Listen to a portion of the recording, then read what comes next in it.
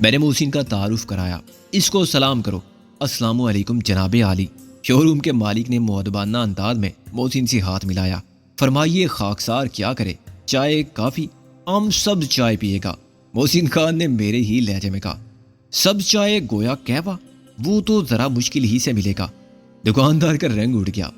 شو روم میں اب 3 دوسرے سیلز مین بھی آ گئے تھے اور ایک چوکیدار یا چپراسی بھی نظر آ رہا تھا۔ پھر ہم کچھ نہیں پیے گا، محسن نے 2 ٹوک بات کی۔ گاڑی لے گا اور جائے گا، اس کو پیسہ دو۔ میں نے جیب میں سے 10 کی گھڑیاں نکالیں اور میز پر رکھ دیں۔ شو روم کے مالک کی آنکھیں حیرت سے پھیل گئی۔ آپ ایسا کریں، اندر آ جائیں میرے آفس میں وہیں بیٹھ کے رسید بنا دیتا ہوں۔ اس نے اتنی دیر میں فون کر کے ادھر ادھر سے بہت مفید معلومات حاصل کر لی تھی اور اسے پتہ چلا تھا کہ غیر ملکی کنسٹرکشن کمپنی اپنا کوئی ٹریلر بیچنا چاہتی ہے جس میں غالباً منگلا ڈیم کے لیے مشینری آئی تھی۔ اس کے بیان سے ظاہر ہوا کہ وہ خود بھی زیادہ نہیں جانتا، مگر وہ مجھے اپنے مطلب کی چیز لگی۔ میں نے اسے مائکرو بس کی پوری قیمت ادا کی، ٹیکس رجسٹری اور ٹرانسفر کی فیس دی اور 50,000 اس کے علاوہ دیے۔ یہ بیانہ بڑا گاڑی کا، میں نے کہا۔ لیکن جناب ابھی تو میں اسے دیکھوں گا، پھر آپ دیکھیں گے، کمپنی سے سودا ہوگا، وہ بولا۔ سودا تم کرو ماڑا، ہم تم کو اختیار دیا، میں نے کہا۔ تم کو اچھا لگے تو ہم کو بولو، ہم بھی دیکھ لے گا، کل پھر آئے گا۔ فی امان اللہ، فی امان اللہ۔ موسی نے بھی اس سے مصافحہ کیا اور ہم دونوں نے خاص سینے پر رکھے۔ دکاندار نے ہماری تقلید کی۔ سیلز مین یہ تماشا حیرت سے دیکھتے رہے۔ ان کو زیادہ حیرت اس وقت ہوئی جب میں نے اگنیشن سوئچ میں چابی لگائی اور پورے اعتماد کے ساتھ گاڑی کو سٹارٹ کر کے چلاتا ہوا لے گیا۔ معلوم نہیں انہوں نے بعد میں کیا تبصرے کیے ہوں گے، تاہم ایک بات یقینی تھی، اب وہ ہمارے لیے ہماری ضرورت کے مطابق ایک ٹریلر حاصل کرنے میں دن رات ایک کر دے گا۔ مائکرو بس سجب خان ولد پشاور خان، ساکن محلہ ڈباگری، پشاور شہر کے نام پر ٹرانسفر ہونی تھی۔ اس مائکرو بس کا رنگ سلیٹی مائل نیلا تھا۔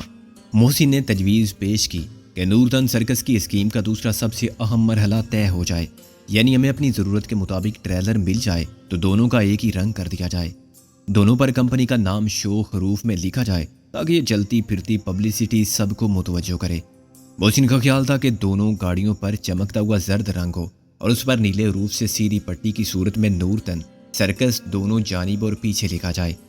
میں اس کلر اسکیم کو الٹا رکھنا چاہتا تھا، یعنی گاڑیوں پر شوخ نیلا رنگ ہو اور اس پر نیم دائرے میں زرد حروف سے نورتن سرکس لکھا جائے۔ واپس جا کے ہمیں اپنا ساز و سامان سمیٹنا تھا۔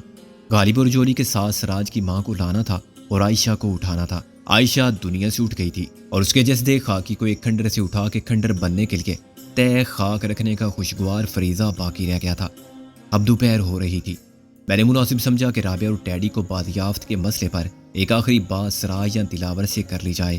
اگر صورتحال امید افزا ہو تو عائشہ کے سفر آخرت کی ذمہ داری دلاور ہی کو سونپ دی جائے۔ میں ڈرائیونگ کرتے ہوئے یہ دیکھتا جا رہا تھا کہ کوئی مناسب جگہ نظر آئے تو فون کی لائن ملاؤں۔ مناسب جگہ ملی تو میں نے مائکرو بس کو ایک سائیڈ اسٹریٹ کے موڑ پر روک دیا اور خود چند قدم واپس کیا۔ مجھے وہاں پہنچنے میں شاید 5 منٹ ہی لگے تھے، مگر اتنی دیر میں ٹیلی فون کے کھمبے کا ایک کارکن نہ جانے کدھر سے ٹپک پڑا تھا اور اب اپنی سائیکل کھمبے کے ساتھ ٹکا کے اوپر روانہ ہو رہا تھا۔ میں مایوس ہو کے پلٹنے ہی والا تھا کہ مجھے ایک اور خیال آیا۔ میں آگے بڑھا اور انتظار کرنے لگا کہ لائن مین کھمبے پر پہنچ کے کنیکشن ملا لے۔ اسے نیچے میری موجودگی کا بالکل علم نہ تھا۔ اس نے کراچی کا کوئی نمبر ملایا اور اپنی کسی آپا جی سے گپ شپ کرنے لگا۔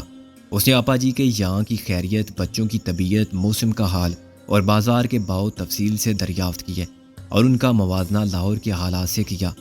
میں نے اپنی ٹوپی اور اپنا چشمہ اس کی سائیکل پر رکھ دیا۔ صحیح وقت پر میں نے کھمبے پر چڑھنا شروع کیا تو اس نے میری طرف دیکھا۔ اوئے کیا بات ہے؟ کچھ نہیں آپا جی، یہ بات آپ سے نہیں کی میں نے۔ اوئے یہ کیا ہو رہا ہے؟ کیا ہو رہا ہے؟ میں اوپر آ رہا ہوں، میں نے خوش دلی سے کہا۔ آپا جی معاف کرنا، یہ کوئی بندہ آ گیا ہے زبردستی میرے دفتر میں۔ اس نے اپنی آپا کے سامنے اپنی خودی بلند رکھی اور یہ ظاہر نہیں کیا کہ وہ خود کتنی بلندی سے مخاطب ہے اور اس کا آفس ایک کھمبے پر واقع ہے۔ میں اتنی دیر میں اس کے مقابل پہنچ گیا۔ اب ہم دونوں ہی ایک کھمبے سے چھپکلی کی طرح چمٹے ہوئے تھے اور ہم دونوں کے پیر ایک ہی بریکٹ پر جمے ہوئے تھے۔ تم کھمبے پر آخر کیوں چڑھے ہو؟ لائن مین برہمی سے بولا۔ تم بھی تو چڑھے ہو یار، میں نے کہا۔ میرا تو کام ہے یار، ڈیوٹی ہے میری، وہ بنا کے بولا۔ اور مجھے شوق ہے یار، تمہاری طرح مجھے بھی مفت کے ٹیلی فون کرنے کا بہت شوق ہے۔ میری بھی ایک آپا ہر جگہ ہے، یہ کیا بکواس ہے، نیچے اترو ورنہ کیا تم مجھے دھکا دے کر نیچے گرا دو گے؟ میں نے کہا میں بھی تم کو گرا دوں گا، پھر تمہاری ٹانگ ٹوٹ جائے گی، تم لنگڑے ہو جاؤ گے، تو اس نوکری سے بھی جاؤ گے جس میں کسی کے فون پر بھی اپنی آپا سے گپ شپ ہو جاتی ہے۔ تم کو فون کرنا ہے کہیں؟ وہ مجھے کچھ دیر گھورنے کے بعد بولا۔ اس نے اپنا آلہ میری طرف بڑھا دیا۔ یہ بڑی اچھی چیز ہے۔ میں نے تعریفی نظروں سے اس پورٹیبل فون کو دیکھا جیسا ایک میرے پاس بھی تھا۔ یہ کچھ نیا اور جدید وضع کا تھا۔ بات کرو اور جاؤ لائن، میں نے کہا۔ یہ ٹیلی فون بیچو گے؟ میں نے کہا تم تو پاگل ہو یار۔ اس نے فون کی طرف ہاتھ بڑھایا مگر میں نے ہاتھ پیچھے کر لیا۔ یہ سرکاری چیز ہے۔ سرکاری چیز تو یہ زمین بھی ہے جس پر کھمبا کھڑا ہے، یہ کھمبا بھی سرکاری ہے جس پر تم چڑھے ہوئے ہو، اور وہ نوکری بھی سرکاری ہے جو تم کر رہے ہو۔ سرکار کی ہر چیز اتنی ہی تمہاری بھی ہے جتنی میری ہے۔ بولو یہ ٹیلی فون بیچو گے؟ میں نے کہا۔ اس نے سر پر ہاتھ مارا۔ یا میرے مولا، کس پاگل کے متھے لگ گیا۔ او بھائی، یہ چیز بیچی نہیں جا سکتی، اس کو بیچنا جرم ہے۔ اچھا اگر یہ چوری ہو جائے، فرض کرو میں اسے چرا لوں، جرم تو پھر میرا ہوگا۔ میں نے کہا۔ لائن مین نے مجھے عجیب سی نظروں سے دیکھا۔ یار خدا کا واسطہ، اچھا فرض کرو میں یہ لے کر بھاگ جاؤں۔ میں نے کہا تم شرط لگا کے بھی میرے ساتھ نہیں دوڑ سکتے، یا میں اسے نیچے گرا دوں اور یہ ٹوٹ جائے تو تم کیا کرو گے؟ میں کچھ نہیں کروں گا، وہ فریاد کنان لہجے میں بولا۔ اپنی تقدیر کو رونے کے سوا مجھے بتاؤ تم کیا چاہتے ہو؟ وہ تو میں نے پہلے ہی بتا دیا تھا۔ میں نے کہا میں یہ چیز خریدنا چاہتا ہوں۔ آخر کیوں؟ اس لیے کہ مجھے فون کرنے کا بہت شوق ہے۔ میں نے کہا اور میں نے جو درخواست دے رکھی ہے اس پر تو فون 10 سال بعد ملے گا۔ یہ 10 سال میں کیسے گزارا کروں گا؟ میرا تو دل چاہتا ہے کہ ہر وقت فون کرتا رہوں۔ کسے فون کرتے ہو تم؟ اپنی ہر گرل فرینڈ کو۔ ہر شہر میں اور ہر شہر کے محلے میں میری کوئی نہ کوئی گرل فرینڈ رہتی ہے۔ تم جوان لڑکیوں کو تنگ کرتے ہو، اس کے لیے فون چاہتے ہو؟ میں لڑکیوں کو تنگ کرتا ہوں یہ کس نے کہہ دیا تم سے؟ میں نے کہا اور یہ کون کہتا ہے کہ وہ جوان ہے؟ کسی کی عمر 10 سال سے زیادہ نہیں، 5 سے 10 سال کے درمیان میں سب بڑے مزے کی باتیں کرتی ہیں۔ تم کو اندازہ نہیں کہ ان کی باتیں کتنی معصوم اور دلچسپ ہوتی ہیں۔ مذاق چھوڑو، مجھے جانا ہے، وہ ضبط کرتے ہوئے نرمی سے بولا۔ اچھا خدا حافظ۔ میں نے کہا یہ فون مجھے دے دو، وہ چلا کے بولا۔ یہ تو میں نہیں دوں گا۔ میں نے کہا اس کے بدلے یہ لے لو۔ میں نے جیب میں سے 1000 روپے نکالے۔ کم ہے تو بتاؤ۔ وہ ہکا بکا نوٹوں کو گورتا رہا۔ اس وقت روئے زمین پر ہر قسم کے سودے ہو رہے تھے، ہر بڑے شہر کے سٹاک ایکسچینج میں، کاٹن ایکسچینج میں، سڑکوں، بازاروں، جوئے خانوں اور کعبہ خانوں میں، بازار کی جنس سے آدمی کی جنس تک سب کچھ فروخت ہو رہا تھا، مگر یہاں روئے زمین سے 15 فٹ کی بلندی پر دنیا کا انوکھا سودا ہو رہا تھا۔ کم ہے تو بولو۔ میں نے کہا دگنے کر دوں؟ 2000؟ مگر یار میں کیا کروں گا، کیا کہوں گا؟ وہ پریشان ہونے لگا۔ تم بس ایک جھوٹ بول دینا۔ میں نے کہا کہ یہ چوری ہو گیا۔ کیسے چوری ہوا یہ کہانی تم خود گھڑ لینا، جو تمہارے اوپر والوں کو مطمئن کر سکے۔ ڈرنا تو اوپر والے سے چاہیے، اوپر والوں کو کیا فکر، وہ خود اس سے بڑے جھوٹ بولتے ہیں۔ سچ کی کمائی میں تو تنخواہ کے سوا کچھ نہیں ملتا۔ مجھے ڈر لگتا ہے تم سے، تم بہت چالاک اور خطرناک آدمی ہو، بعد میں مجھے مروا دو گے۔ وہ بولا نہیں، کرۂ ارض پر بہت جھوٹ بولا جا رہا ہے۔ میں نے کہا لیکن میں اور تم عام انسانوں کی سطح سے بلند ہو کے بات کر رہے ہیں۔ یہ لو 2000 اور اپنی سائیکل اٹھا کے رفو چکر ہو جاؤ، پلٹ کے مت دیکھنا۔ 10 منٹ بعد میں بھی غائب ہو جاؤں گا۔ اس کھمبے کی نوک پر ہونے والی یہ ملاقات ہم دونوں کے لیے فائدہ مند رہی۔ دنیا کے سامنے اس کا ذکر مت کرنا، ورنہ دنیا والے بڑے خاصد ہیں، کسی کا بھلا نہیں دیکھ سکتے۔ وہ نوٹ لے کر بڑی اجلت میں نیچے اترا۔ اس کی زندگی کا یہ ناقابل فراموش تجربہ تھا۔ غالباً وہ ضرورت مند بھی تھا۔ ضرورت مند آدمی کے چہرے پر کچھ لکھی ہوتی ہے، اور یہ تحریر ہمیشہ یکساں مفہوم رکھتی ہے جو آسانی سے سمجھ آ جاتا ہے۔ غربت اور مفلسی کی مجبوریاں ایسی بہت سی ضرورتوں کو جنم دیتی ہیں جن کا مداوع صرف پیسہ کرتا ہے۔ سب لوگ نوٹ نہیں چھاپ سکتے، چنانچہ وہ چوریاں کرتے ہیں، کبھی مال چراتے ہیں تو کبھی ٹیلی فون کال۔ جب وہ میری نظر سے اوجھل ہو گیا تو میں نے نئے ٹیلی فون انسٹرومنٹ کو آزمایا جو بدستور لائن سے ملا ہوا تھا۔ میں نے سراج کا نمبر ملایا۔ ہیلو سب انسپیکٹر 30 مار خان نے فوراً جواب دیا۔ 30 مار خان، میں مسکراتے ہوئے مردوں کی ایسوسی ایشن کا اعزازی صدر بول رہا ہوں، یعنی تمہارا باپ۔ میں نے کہا ایس ایس پی صاحب سے بات کرو گے؟ 30 مار خان نے میری آواز یقیناً پہچان لی تھی، مگر ضبط کرنے پر وہ مجبور تھا۔ میں لائن دے رہا ہوں۔ سکندر میری ماں کیسی ہے؟ سراج کی آواز آئی۔ ماں ہر ماں کی طرح وہ بھی بہت اچھی ہے، مگر ہر بیٹے کی طرح تم اچھے بیٹے نہیں ہو۔ میں نے کہا میرا مطلب تھا وہ ٹھیک تو ہے نا، کیا میں بات کر سکتا ہوں اسے؟ نہیں، وہ خود تم سے بات نہیں کرے گی۔ میں نے کہا اس لیے کہ وہ یہاں موجود نہیں۔ ویسے تم فکر مت کرو، ہم اسے کوئی تکلیف نہیں دیں گے۔ تم اسے جتنی اذیت دے سکتے تھے دے چکے۔ وہ بولا جو کچھ تم نے زیب النساء کے ساتھ کیا، ہم نے صرف اتنا کیا تھا کہ اسے ایک ایئر کنڈیشنڈ مرسڈیز میں ڈال کے لے گئے تھے، باقی جو کچھ کیا خود اس نے کیا۔ وہ ہمارے ساتھ رہتی تو اس کے ساتھ کچھ نہ ہوتا۔ کیا تمہیں معلوم ہے کہ اس کے ساتھ کیا ہوا؟ وہ بولا نہیں، اگر برا نہیں ہوا تو اچھا ہے، اور اچھا نہیں ہوا تو سوری۔ وہ ابھی تک ہوش میں نہیں آئی ہے، اسے ہم نے سڑک پر پڑا ہوا پایا تھا، اسی علاقے میں۔ وہ بولا پولیس پارٹی نے اس سارے علاقے کو چھان مارا تھا۔ وہ صبح 3:30 بجے ملی، اس حالت میں کہ میں بیان بھی نہیں کر سکتا، مگر میں تصور کر سکتا ہوں۔ میں نے کہا کیا تم نے اس درندے کا پتہ چلا لیا جس نے اس کے ساتھ یہ انسانیت سوچ سلوک کیا؟ نہیں، لیکن میں پتہ چلا لوں گا، بس وہ ہوش میں آ جائے۔ اس کے ذہن پر صدمے کا شدید اثر ہے۔ میڈیکل رپورٹ کیا کہتی ہے؟ وہ کم سے کم 3 افراد تھے جنہوں نے اس کے ساتھ زیادتی کی۔ انہوں نے اسے زبردستی شراب بھی پلائی۔ اگر وہ بچ گئی تب بھی اس بات کا امکان زیادہ ہے کہ وہ ذہنی صدمے سے ریکور نہ کر سکے، اس کا نروس بریک ڈاؤن لمبا ہو جائے یا کبھی ختم نہ ہو۔ کیا تم کو احساس ہے کہ اس سب کے ذمہ دار تم ہو؟ وہ بے حد مشتعل تھا، جھنجھلاہٹ اور بے بسی کے احساس سے خود اس کا نروس بریک ڈاؤن ہو رہا تھا۔ ایس ایس پی صاحب، میں نے سکون سے کہا، ہم نے ایسا نہیں چاہا تھا، مگر کیا تم کو یاد ہے کہ رابعہ کے ساتھ تم نے جو کچھ کیا تھا وہ جانتے بوجھتے کیا تھا؟ اس وقت تمہیں احساس تھا کہ تم کیا کر رہے تھے؟